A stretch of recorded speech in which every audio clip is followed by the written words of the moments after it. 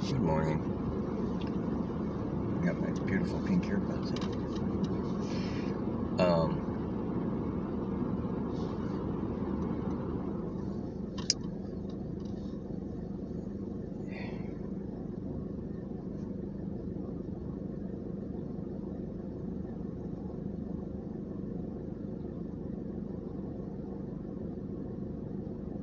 Do you ever wonder why silence is so uncomfortable? Last year, while I was still doing they call it PHP, essentially group therapy portion of this recovery program that I'm in, we would do a morning reading, which typically was out of one of the 12-step books. And then we would do a check-in. Everyone would take their turn going around the room, and they would comment on the reading, thoughts, that kind of shit. And then check in on how they're feeling, what they're thinking, what's going on with them, so forth and so on. So one morning, I decided to do a little experiment. And at the time, I was wearing a watch, which... This is why I don't wear watches, because they always start and stop on me just at random. Like a brand new battery, and 2 days later it won't be working. So I'm not wearing it anymore. Anyway, just a side note, something about time jumping. We'll get into that later. So it comes to my turn for check-in, and I looked at my watch and I said, okay. And I sat, and it said word, barely even moved, for 30 seconds. In less than 30 seconds, probably 10 to 15 seconds, everyone in the room was starting to get anxious, distracted, worried, curious. Everyone had some form of emotional reaction because they were uncomfortable in the silence. They weren't comfortable in their own skin. They weren't comfortable in the moment. Somewhere else. The point of the whole exercise and experiment was just that. We had been talking that week about giving your power away. And in less than 30 seconds, without speaking a single word, I had complete control over that room and every single person in it. They had all inadvertently given me their power. And when I speak of power, I'm not necessarily just talking about their energy. I'm also talking about their power of choice. They had a choice as to whether or not to be in the moment or to react to it. And every single one of them chose some type of reaction.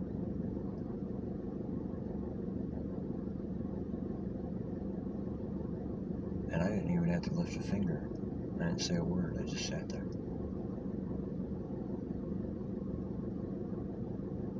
Makes people uncomfortable.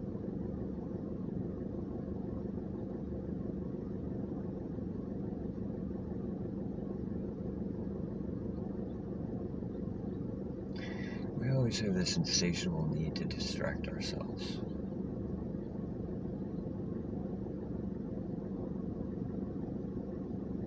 This is a function of the ego, and I don't mean the egotism.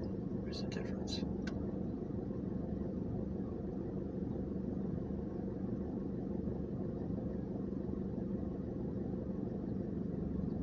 In my experience, when you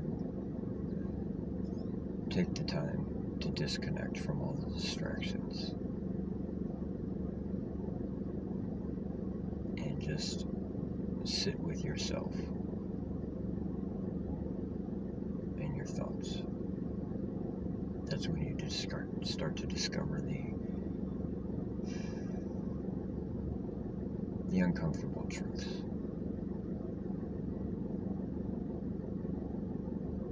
Well, they're only uncomfortable initially.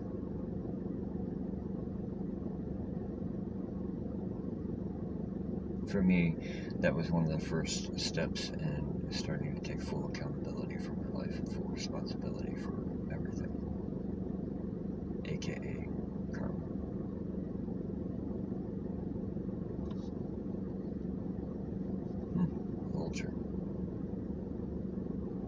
change, death. It's called fetal energy. 'Tis the season.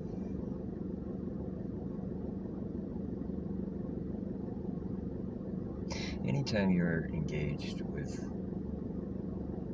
well, really any situation, but as an example, when you're engaged with somebody else, and you're having a discussion, a debate, an argument, God forbid, the person who emotionally loses it or starts to emotionally react is pretty much lost. If you look at it in terms of winning and losing, in terms of competition, which it's really not. And this touches on stuff I've talked about before, how in every situation you're in, most people are vying for either control or acceptance in that situation. You don't need either. The situation, just like the uncomfortable silence, just like the moment, can just simply exist.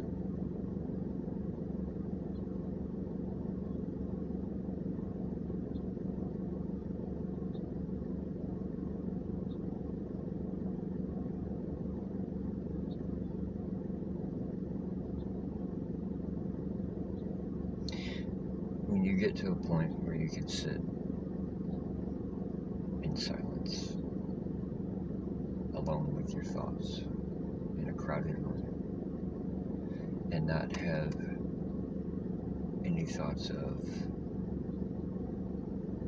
insecurities, fears, worries, you're starting to make some progress. It might sound like something very simple, but it is actually a very good indicator of healing.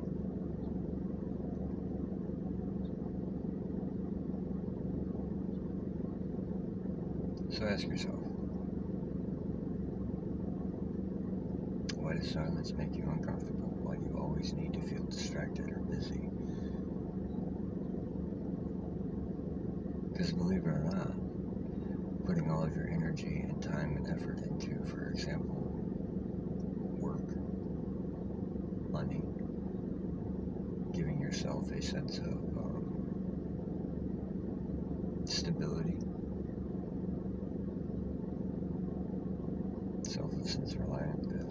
self-reliance. And don't get me wrong, there's nothing wrong with a good hard day's work. There's nothing wrong with being productive. There's nothing wrong with taking pride in what you do, by all means. But when you start to use it as a form of escape, that's when it starts to become detrimental. As my grandfather used to say, anything in excess is abusive, even breathing.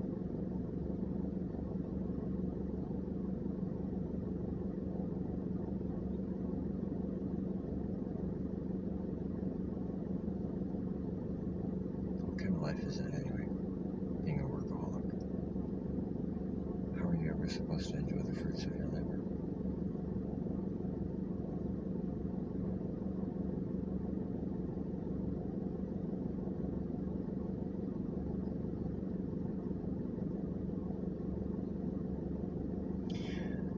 I'm fully aware of the necessity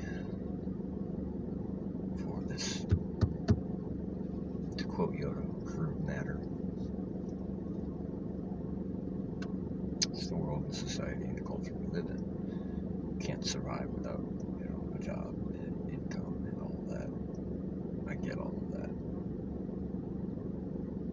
What I don't get is the amount of emphasis people put on it. Having completely burned down everything in my life, and now having to rebuild my life from scratch for the 5th time now. Maybe it's because of my experiences that I've realized that you can lose all of this stuff like that. Blink of an eye, it's gone. Doesn't mean shit. Doesn't make you more important or more valuable than anyone else. Sure, it can give you a sense of security. It's kind of a false sense of security, in my honest opinion. Because once you're secure with yourself and you can sit in those uncomfortable silences and not worry, there's really nothing you can't accomplish. Rebuilding a life and material gains is easy. It really is. It just takes time. A little bit of dedication. A little bit of perseverance. Patience. All things most of us are lacking. True security comes from within.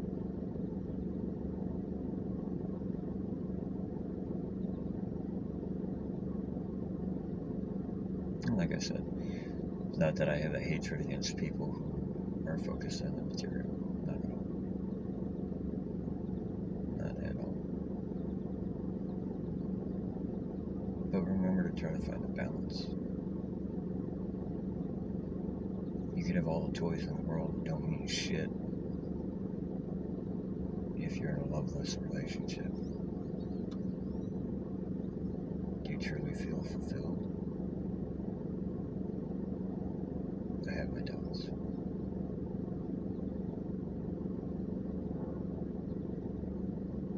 Anyway, food for thought.